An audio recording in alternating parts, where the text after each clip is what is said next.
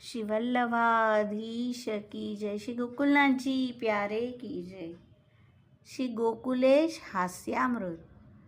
હાસી ખેલના મિષ્ટી આપ સેવકોને ન્યારા ન્યારા પ્રસંગો કહેતા અને પુષ્ટિ માર્ગના સિદ્ધાંતો જણાવતા. પ્રસંગ 145. ભક્તને ભયાનક સમય પણ ન જ નડે. માલા પ્રસંગનો મામલો ચાલતો હતો ત્યારે કોઈએ કહ્યું, મહારાજ, કઠિન કાલ મહાવિપરીત આવી બન્યો છે. ખબર નથી પડતી કે શું થશે.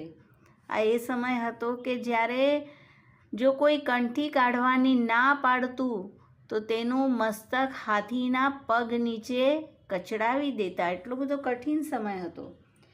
ત્યારે આપશ્રીએ કહ્યું કે જે આવી પડે તે સહન કરી લેવું. ત્યારે તેણે કહ્યું, જયરાજ, વાહ વાય છે ત્યારે કાંકરા ઉડે છે. આપશ્રીએ કહ્યું, કાંકરા ઉડે પણ પર્વત ઉડે નહીં.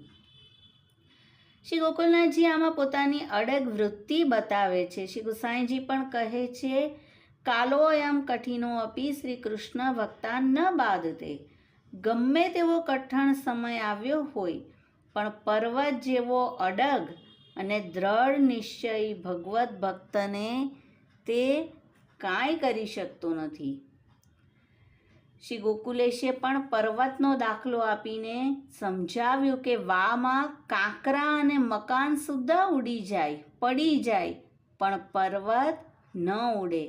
તેમ ભક્તએ ગમે એવા તોફાની કાળમાં નિશ્ચિંતતા રાખવી, તેને કંઈ થશે નહીં. પ્રભુ સર્વ સમર્થો હિ તતો નિશ્ચિંતતામ વ્રજે.